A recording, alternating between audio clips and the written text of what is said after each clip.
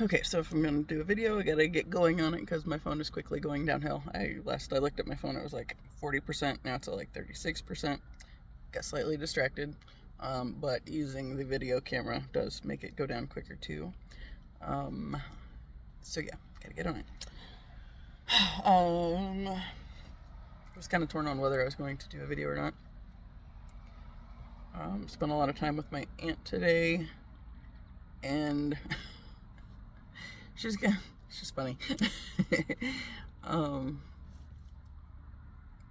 She's and her husband are currently in between churches because they have been, basically the ones doing for the church over and over and over again, like constantly for years. And when they go to do any kind of gathering for the church events, my aunt's been in charge of getting all the food together, having the main role for the taking care of shit and getting it done, right? And apparently the last thing that they got, go out of their way to bend over backwards and do the best they can at taking care of things for the church. And then the last last event they had that they took care of like this, nobody even talked to them there. So it's like, I feel like that's pretty standard, right? So she's currently in between churches. But that said, she's completely oblivious to this situation today, even though I spent a lot of time with her. I don't think she would have cared so much. I feel like she knows me, whether I'm wearing this shirt or whether I'm wearing the bright, colorful stuff. She doesn't even really pay attention to what I wear most of the time. I feel like on the upside down cross end of things, she probably would not have been thrilled, but had she asked and we had an actual conversation, I'm pretty sure she specifically is one that would listen to me on what I would have to say on that end. But just, she's like, the church she is leaving is a Southern Baptist church, and of course she's looking at other Southern Baptist churches, but when that came up, everybody was all like, what? Because she and I got baptized the same weekend, and she had just recently moved back from Oklahoma, and I remember I was listening to the sermon one weekend, and I had just started going back, and I kind of was feeling strongly like I wanted to go forward and do the thing, right? Say the prayer, all that crap. And she looks over at me and she says, if you want to go up, I'll go up. And it was like, okay. So we both went up, did the prayer and all that crap, and got baptized the next weekend. One of my strongest memories about the weekend getting baptized was that there was a freaking cockroach in the water. Like, they just left it there. It's like, nobody thinks to check these things before somebody gets baptized. Like, you don't think to like go skim out any bugs or whatever. It's not a big church by any means, never has been. And I think sometimes if they have like 12 people in attendance, I would be, kind of surprised. That's I think there are a little more that will call themselves members, but like in that time frame, it's like there was never a big crowd there.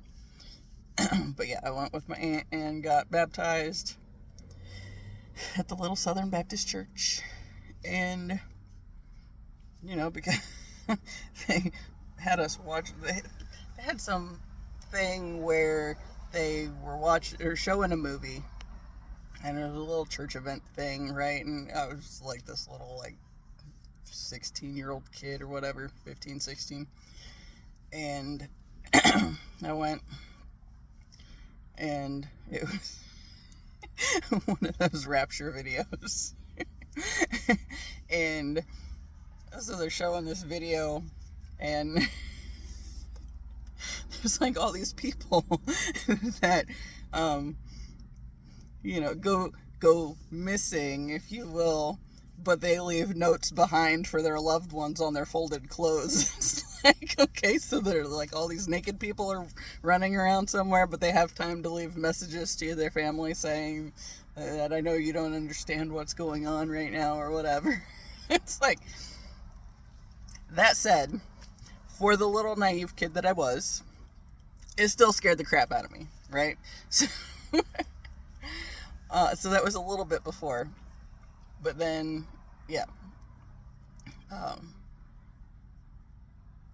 We went to that church. I started going to that church because my brother was going to that church. He was going to that church because my grandma, who, like, adored him, was going to that church.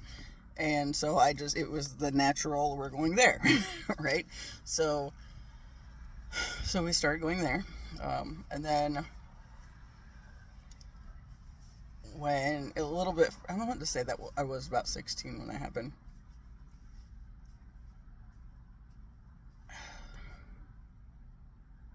Pretty sure, because I'm pretty sure it was after my suicide attempt.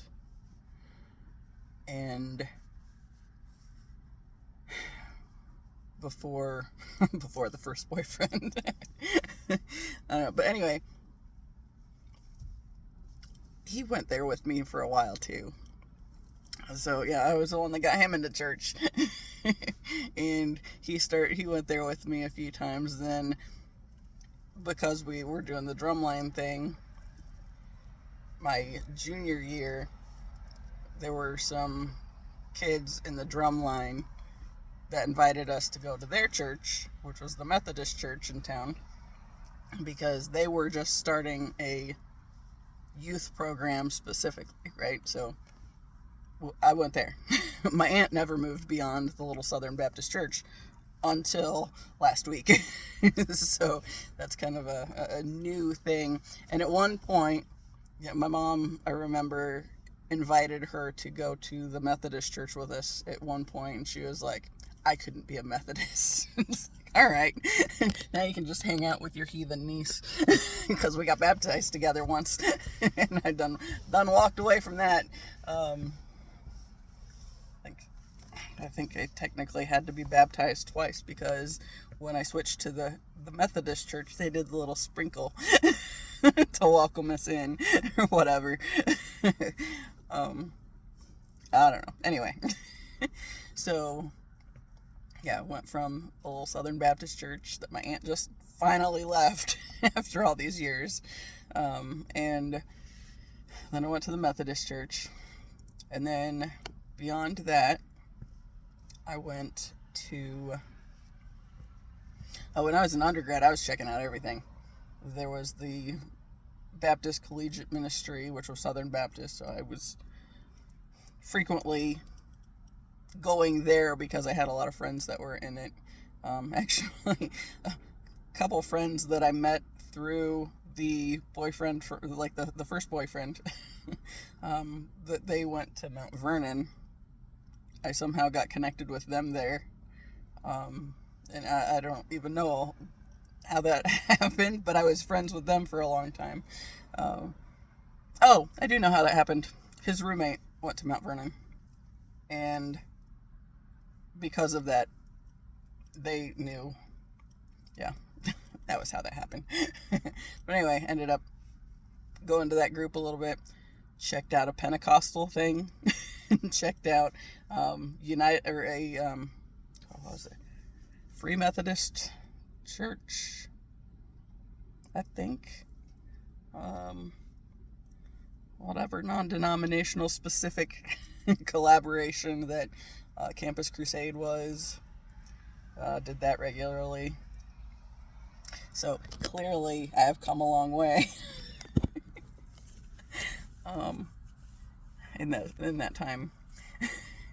But I was trying everything there for a while. It's like, all right, we're going to explore all these things and see which one fits best and all this crap, right? And of course, I went into the National Guard as a chaplain assistant, and the original purpose of that was to see if, I would have to, as a chaplain assistant, I was clearly going to be spending the time with the chaplain, right? So I figured that would be my opportunity to see if chaplaincy was something that I wanted to do. No. But also, the entire time I was in, my unit never had a chaplain, which apparently that's a common problem. And of course, there's always the assumption, it was a safe assumption back then, that because you go in as a chaplain assistant, that means you fall into the specific religious belief system, right? The whole churchianity thing. But, yeah, and at the time I did. At the time I was going to seminary, right? Or I was back to that idea, right? So, in my sophomore year in undergrad, I started looking at seminaries because I felt really strongly like that was something I was supposed to do.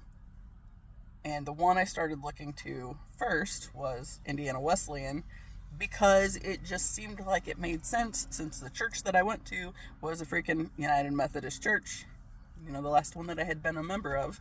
So it just seemed like it made sense, right? But then when I got to looking, okay, every now and then I get on these like weird kicks and I just start doing things that I wouldn't normally do. And I was like reading through the student handbook for Indiana Wesleyan very closely and came across this part where it was talking about social dancing dancing is not allowed.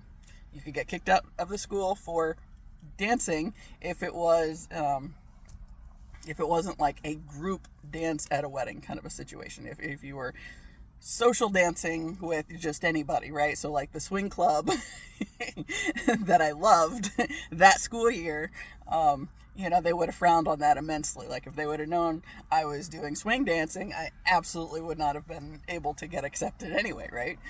So, like when I read that piece in the handbook that you could get thrown out of the school for dancing if it was not a group dance at like a wedding situation, it's like, I like to dance. Why? My immediate thought was, okay, so I was sophomore year, 20? And I was just so completely dumbfounded. I was like, so you mean to tell me that I'm responsible enough to decide to come on for higher education, and I can make this decision to go to further schooling and all this stuff, but I am not responsible enough to choose to dance with somebody? It's like, yeah, that doesn't vibe. I don't like that. So I think, that was kind of one of those things with the handbook flip. We're just done. That's so not happening, right? So, yeah. So,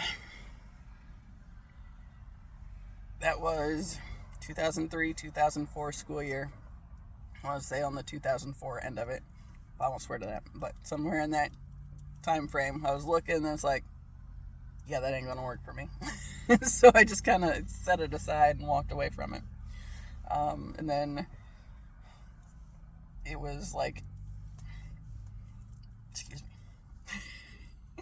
It was a good 10 years later when I actually finally started looking into it again.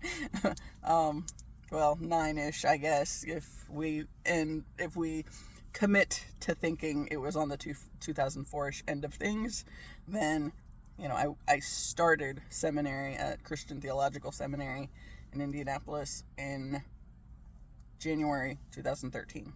So, depending on where we were, it was close to 10 years, right? And I graduated from seminary in 2016, exactly 1 decade after I graduated undergrad. So in sophomore year, I had thought that this was the thing that I was supposed to do, but I was like, yeah, that one didn't work. And then rather than keep going, I just kind of put it on the back burner. And, after school, then we had to focus on the that whole relationship end of things, right? Because I've been conditioned that, you got limited time. Basically, women have expiration dates, right? So, but yeah. So, and it wasn't immediate, but I was thinking that was pretty quick the next thing that I was supposed to do, right? Because I did what my mom wanted me to do with going to college, because she didn't take that opportunity. She stopped and had kids first, and then missed that opportunity, right? So she did eventually go to college, but it was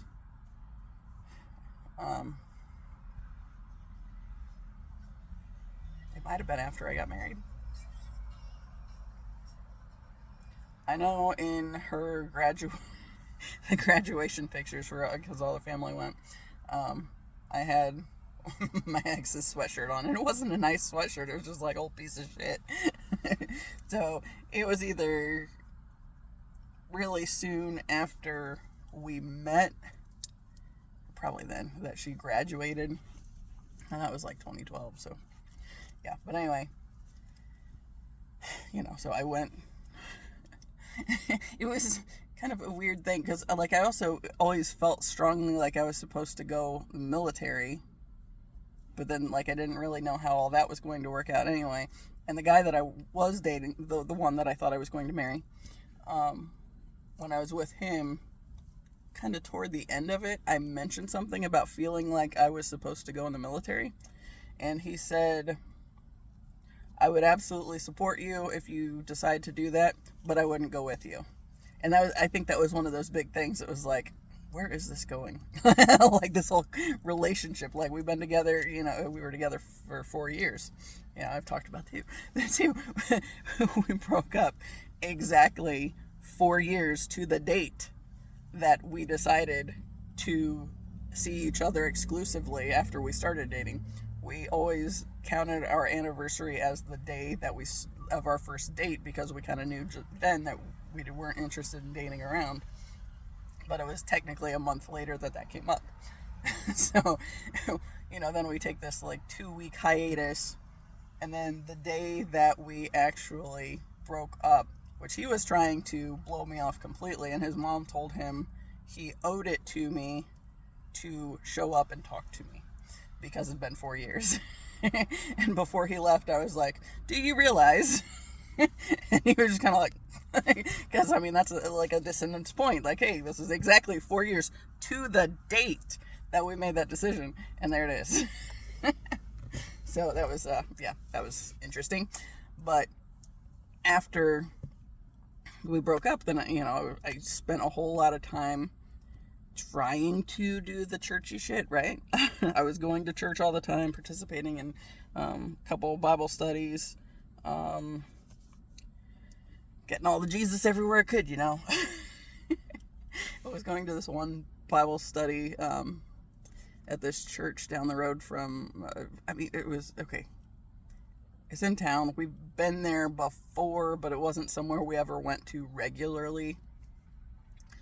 And there was this Bible study where all the women in it was a women's study group, but it was like every single person in that group was 60s or 70s, if not 80s.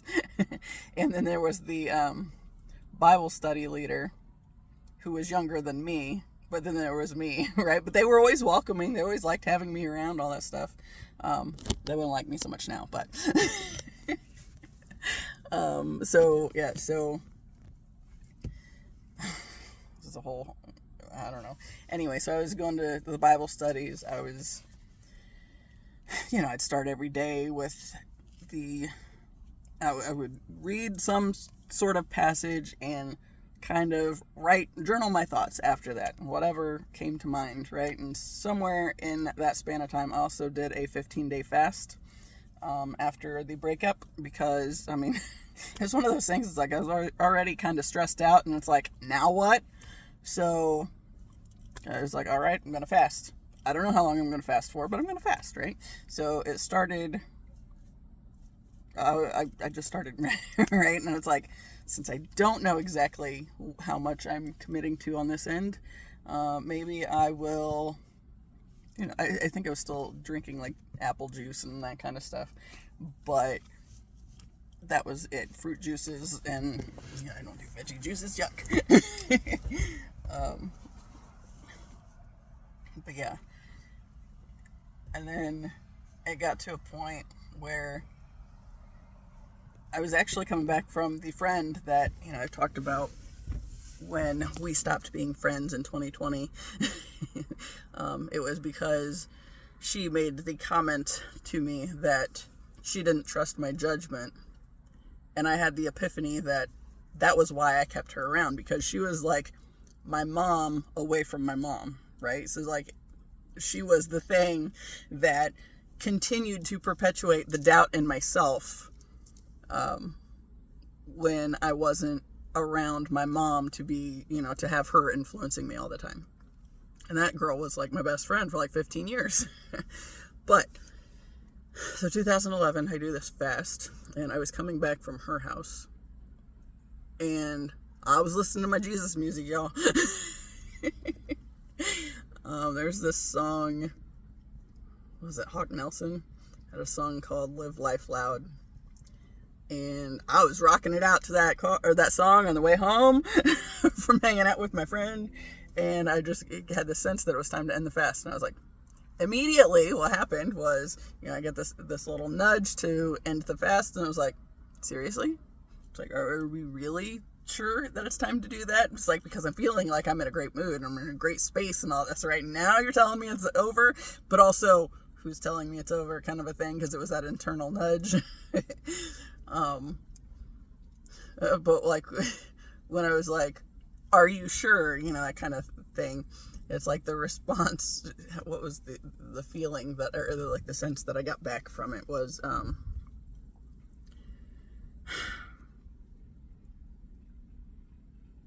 it was just right there. I was getting ready to say something about it, and then just like, whoop, gone again.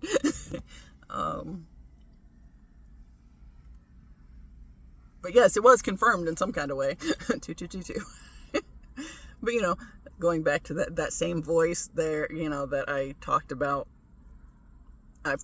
so many times on here, with when I was walking down the aisle and that voice was chiming in my head saying, don't do this. You don't even like him, let alone love him. Why are you doing this? Please don't do this. Yeah, it was that same voice. So 28%, we're still good. But yeah, like that was the voice that I was having so much trouble trusting, right? And, it was because, my grandparents, my parents, everything in my life consistently gave me the feedback that it wasn't okay to trust my intuitive voice. So I didn't really go along with that. I did in that moment. And that goes back to that, when I talked about in high school how I set the intention that I would never have kids if I could not heal from the crap that my mom was dumping on me to have to heal from. It's like just all the stuff I was seeing her do or hearing her say, where it was just like, you have a lot of healing that needs to be done, and seeing that she had no intention of doing it, and instead I was getting the fallout of her choosing not to do the healing, right?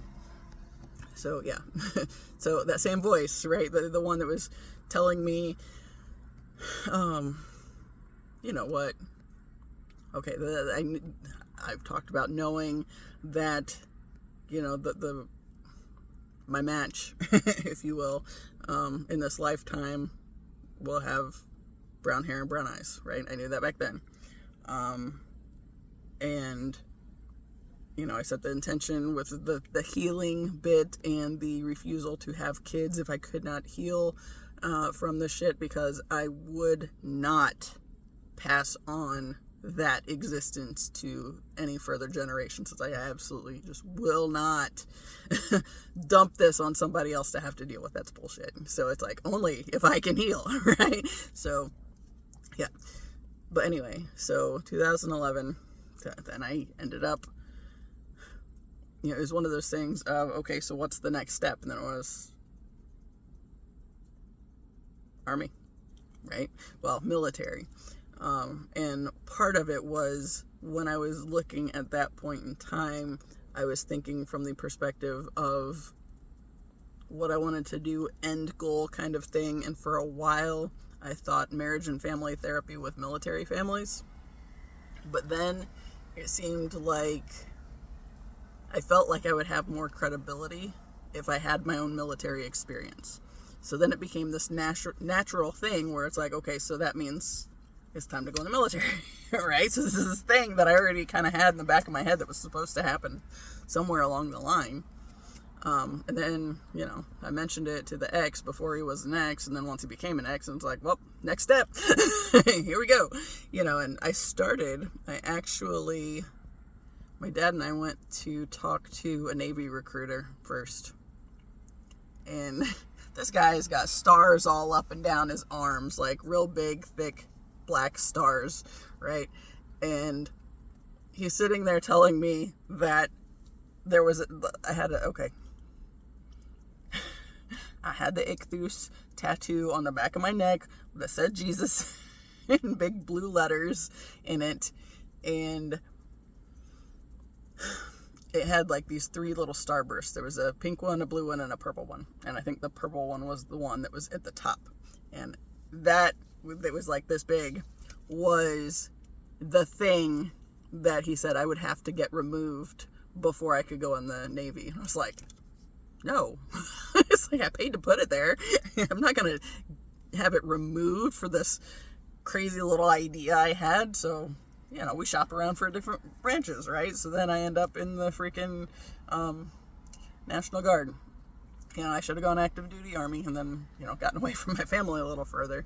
But I'm sure there's, I'm confident I was exactly where I was supposed to be, even in that. Because again, part of it was still family. I was still able to be around my family and help my family however I needed to do and all this crap. I just also had this other thing and my guard unit was 3.5 hours away. So, but I got like a sign-on bonus because chaplain assistant was one of the jobs that had a sign-on bonus. And then they took one of my student loans, and Department of Education handled that. And but because with the National Guard it's a little bit longer contract because you're not doing as much. It's 1 weekend a month and 2 weeks in the summer, or 2 to 3 weeks. And so while I was doing that, so what I enlisted and signed on for was 6 years, and then 2 beyond that where I didn't have to actively drill, but I could potentially be called back if some kind of deployment situation came up, right? So I did that. But because of my journey, when I was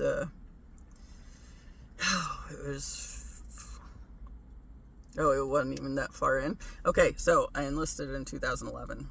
2013, in May, I broke my brain, right? So I was going into,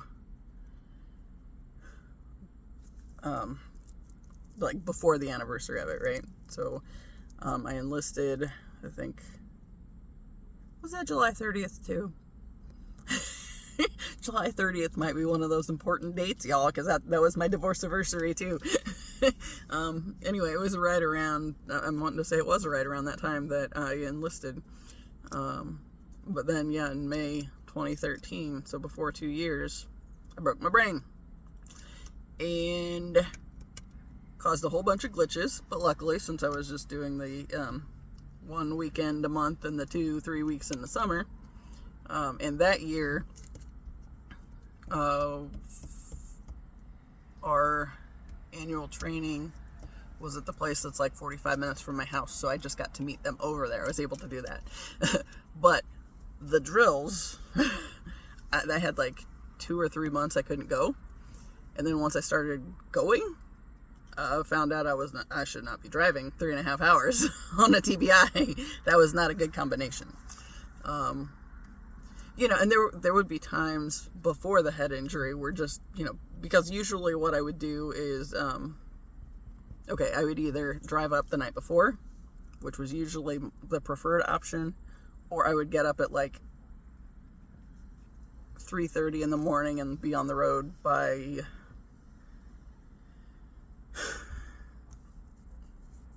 4. There was a weird situation where my house in central Indiana was an hour ahead of the armory, right? So it was up by Chicago. So somewhere along the line, it becomes an hour different. And, so it was like just the way it lined up. I think if I left here around 4, I would get there around 7. The 3.5 hours, I think, was mainly because I was giving myself time to stop every little bit and go to the bathroom if need be, or otherwise just like caffeinate myself or whatever. But yeah, so however, I did not get out of the military until 2016. Yep, March 2016.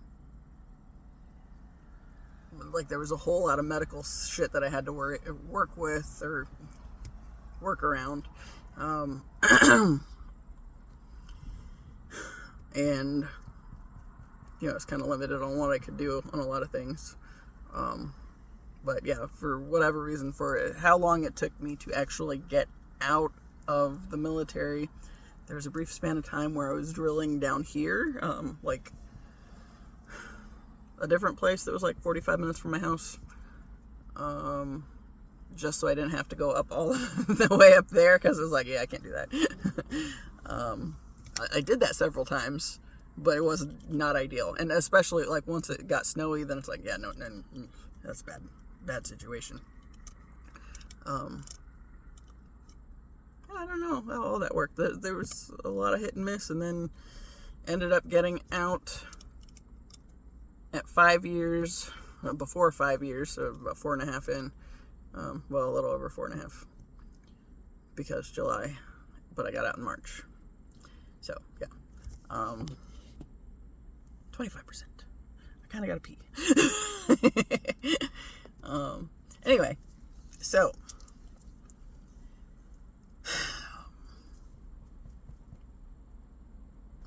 military as the next step. I'm trying to backtrack. The big thing was, I don't think my aunt saw my shirt, even though I was with her most of the day. We went out to eat. She was sitting across from me. I think she just didn't pay attention to it. Here, of course, you see this, and that it could be a normal cross. Although I think she'd know better with me, but because she's seen me in this shirt before. All the rest of the family, because I wore it to a family thing, and everybody's like. But then she even went to the cemetery and walked with me and my dogs today. Her dog did not get to go because her grand dog is also at her house, and it's like, I am not walking that one. It's like, that's gonna add too much confusion, and she is not invited. So she just left those two at home, and she walked Ziva, and I walked Taz and Gidge. But yeah, so anyway, so I went over to the library.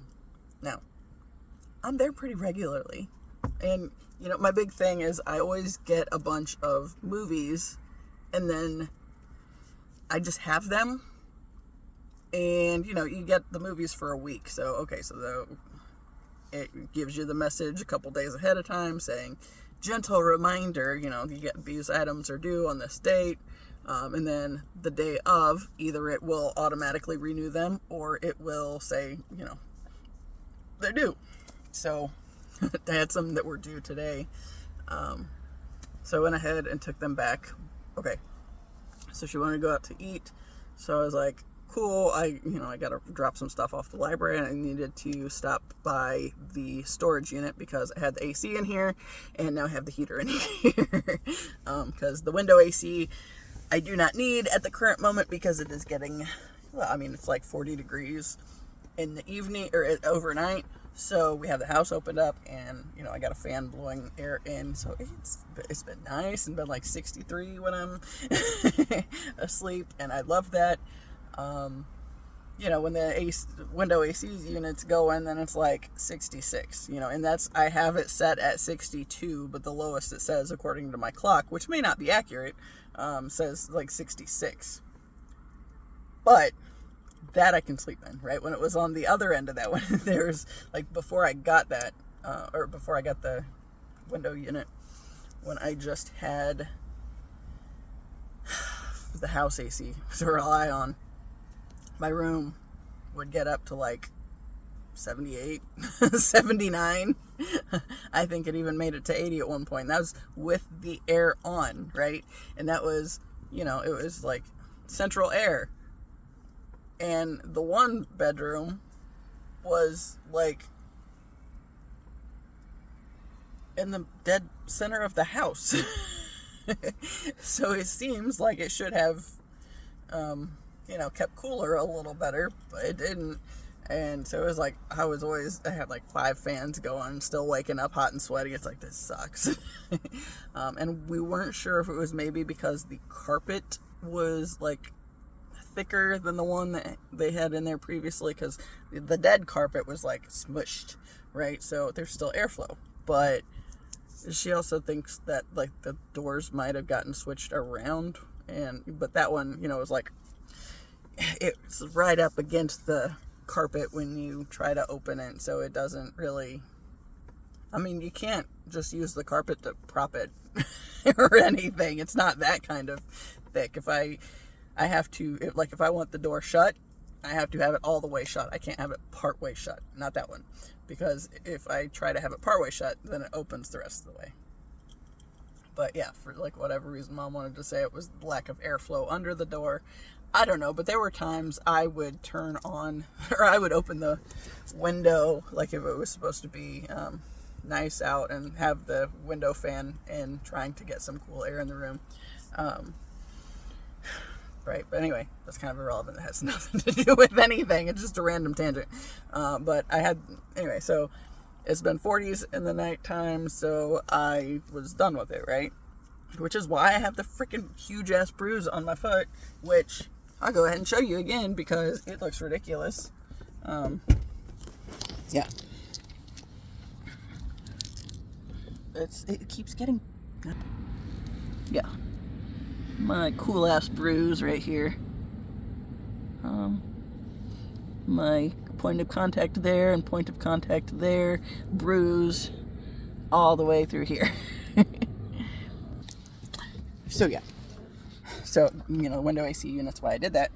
And I have a physical tomorrow. Not everything's fine. There's just when I went to the doctor last, they're like, "Do you want to set up a physical?" It's like, well, what would be the next available on that end? And they said we could do October 15th or whatever that is. I think it's the 15th. And I was like, yeah, go ahead and sign me up. And then if it falls through, then I'll just cancel it. And I'm going. And I told my mom last night, I said, or this morning, I said, well, since I'm going for a physical tomorrow, I guess I'll go ahead and have him check it out. She was asking me what time my appointment was. It's like, well, it's 10:20, but that's gonna depend on what he says about my foot. Right? So if he wants me to go get it checked out, if I gotta go get an x-ray, then that will depend on how soon I can get in there, on how long it's gonna take me before I'm done. So the boom boom situation, we're getting rid of the guns because the psychiatrist that my dad has been seeing said they need to not be there, and he needs to not have any access to them whatsoever because his strokes were on the frontal cortex, and it has to deal with moodiness at like the drop of a hat, which he's got that, but he's always kind of had that. And, you know, the hothead thing that has run in my family on his side. I've talked about that several times in different videos over the course of this thing. But yeah, like, now it's just like, I mean, he had strokes, so it's real unreliable is what it is. I mean, you'd be pretty confident that it's easy to set him off, and like if he's slightly annoyed, like he goes from 1 minute he's teasing Taz and trying to get him to bark more, and then like immediately, you know, after he's freaking out because he's still barking. It's like, you started that shit. What the fuck? But yeah. Okay, so anyway, I went to the library. They know me there. They like me when I'm all bright and colorful and fun and not wearing this. I walked in this. Yeah, I got some looks. Like, there was one lady that was like taking stuff back around to put it on the shelves, and she was like, you know, it's just kind of like, yeah. But, you know, if I'm just doing the bright and colorful stuff, then that's not imposing. This is apparently, it bothers people. Which I think that's kind of, you know, I've talked on here about a lot about being, you know, an agitator, right? So it's like, this is what I'm essentially meant to do. I had this really weird dream this morning where I was here at this place. But okay, so I'm not going over that way, and I'm not flipping the video or anything. So there is this gate between these two schools, right? And there's a little bit of a parking area, but they can block it off. So like if there's a big event, they can open it up. For school drop-offs in the morning, they open it up and people can go out this way. This way, right here, next to me, is a one-way, right? Not the actual road over there, but this part right there is a one-way, right? And it's to leave the parking lot. But that's generally just when it's like high traffic days. So like over here now, there's like 11 vehicles that I can see between 3 parking lots, right? So when I go to leave, I'll probably go out that gate, because that's people do, right? If it's not like, if there's not a whole lot of sporting events over here, if there's no school events otherwise, or whatever, people will go that way, you know, and especially like during the daytime with staff, right? It's okay then. But anyway, in this dream, I go over to where the gate is, and like I'm in my dad's truck, right? This big ass white truck. And for some reason, it's like I'm going through the gate, which is the wrong way, and I just stop there kind of diagonally across it. And then this like dark SUV comes through wanting to go the other way and is trying to get around me. So I got to start the truck to move the truck, right? That I'm still sitting in. I'm just sitting in the way. And I was like, all right, you know, so I start the truck up and move around, and then they can go do that. Then I go to this next section where, okay, so there's a road that goes, it connects these back parking lots, and there is a practice field, parking area, and, you know, you can go to the third school on that road. And before the road, like when it's school pickup, or for the elementary school that I'm currently sitting in front of, I don't know if I'm going to burp or hiccup or what I'm doing. Anyway, that just felt weird. Anyway, yeah, so when it's time for pickup, there's like these 3 lines of traffic, right? It's the 3 lines. And it goes along where there's like baseball diamonds that I can currently see, and loops around. It files from that parking lot in front of the building over here next to me. You know, it's 3 in front of there, and then when it gets to the actual elementary parking lot, it files down into 1 and goes up along the building, right? So in the dream, I go to like right next to the road. Like I was going to go that way, But then for some reason there was like this big fence post that there was not actually one of these, but it was like this, I don't know, like a 4x4 kind of fence post thing. And, you know, it was more than just the 4x4 because it was like attached to like some other pieces, but it was like this big ass fence post. I just like try to hit it head on as I'm going to this road, but I'm also blocking all 3 lanes of traffic, and there's a car the blue car trying to come through to get into the pickup line. And so it's like, that was kind of where it stopped, and then, but like, well, it stopped as I was backing up and getting ready to pull out onto the road as these cars are waiting on me. So it's just like this really weird dream. And I was just like, okay, so what's that all about, right? And then I was kind of thinking, like, I spent some time journaling this morning because that's what I do. And I was kind of thinking, it's like, because it's like there was this level of wasn't thinking about it, but there was also like this deeper level of intentionally aggravating people, you know, just by being a disruptor, which again, you know, disrupting and agitating, that's what I'm supposed to do, right? So, yeah. I got my Sarah Rise earrings on too. So the healing chaos tornadoes, man. So yeah. So, man, that was a long-winded video tangent of weird things, church things mainly, and wandering off from that and stuff. Anyway, but like when I was at the library, you know, of course, they see me when I'm all bright and colorful. Oh, and I got these. So I'm still bright and colorful, just also with this. They love me when I'm all bright and colorful and not imposing.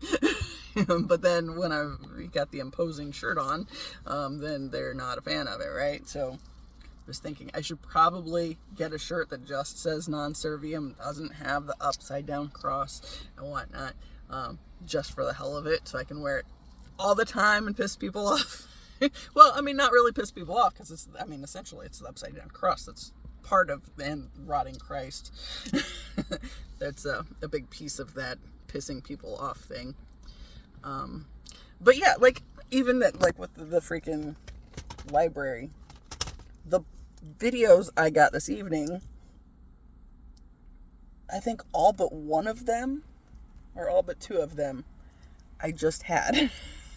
And didn't get them watched, but I like having them around because, like, okay, I got Smile and Smile 2. I like Smile 2 a lot because that one just, like, I mean, it's like I knew where it was going to go the whole time, but then once it got there, it was just kind of like, whoa, right?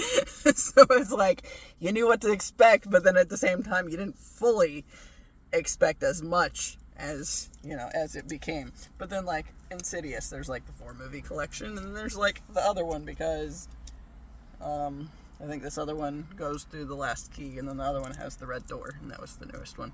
But like, I've seen all those. It's actually kind of funny because when I was working at the group home, I've talked about my movie buddy. And he was one of the first guys that I worked with when I started at the group home in Indy. And he always, there were these 2 black guys that every single time I was getting ready to leave, they would come out and make sure to walk me to my car because they wanted to make sure I got out there safely. But the other one ended up at the other place when I was there. I think they both were there for a time too. I don't know, I think Harry died several years ago. I don't know what happened to Woody. But Woody was my movie buddy. And like when I was working night shift, he would come down, he would, you know, follow me around, and we'd be talking the whole time, like, because I talked about how creepy the basement was and I hated going down there. But so he would, you know, walk down there with me, we'd be talking and, you know, checking the fridge temps, all that stuff, and he's just keeping me company because he knows it's a creepy ass basement. And I was like, hey, you can just walk downstairs with me and it's not creepy. You know, but like the clients, okay, so there was a bathroom on the first floor, that was the staff bathroom. the clients could either go to the upstairs bathroom, which was where all their bedrooms were, or the one in the basement. So if, if that one's preoccupied, they go all the way downstairs. But anyway, so it was like, they were down there a lot anyway, but,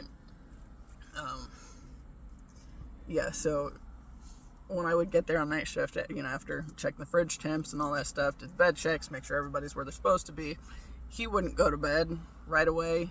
He would usually stay up and visit with me, and we would like watch a movie or something. And at one point, I don't know if I came up with Insidious or he did. It was probably me, but he loved it. And the first time I watched the first one, I was not impressed. It was mainly like once they showed the demon, it was like, really? But then like after, it took me a little while before I really got into it. But then I love the whole series now. But it took me a while because initially I was just kind of like, no. But yeah, like he, I don't know. He just absolutely loved it and couldn't believe that I didn't love it. And I was just like, like it won't. Every time there was one of these movies, like I don't think. When did the first one come out? I was like, I know that's not right. The first one I looked at was The Last Key, which is the fourth one, and it said 2018. So it's like definitely not then. Okay, 2010. So 2010 and then 2013. So like for both of those, I was working there at that time. So, watch those, right? We watched like all of the Resident Evil movies and we were really into those. We love those, and I'd get there. Of course, my shift started about 11:30, and he'd come hang out, and after the movie was over, he'd go to bed, and then I go about the rest of the stuff I had to do for night shift, which wasn't a whole lot, just mainly cleaning stuff. If there was going to be, if the freezers needed defrosted or anything, that was on me. Excuse me. Just whatever. But yeah. Anyway, why did I talk about that? Oh, so like everything I get, like the movies. I'm sure if they paid attention, that most of the time I'm going in there, it's like coming out with horror movies. This time there are a couple that I know are not along that line. The one's called She Said, and that has to do with like, when the whole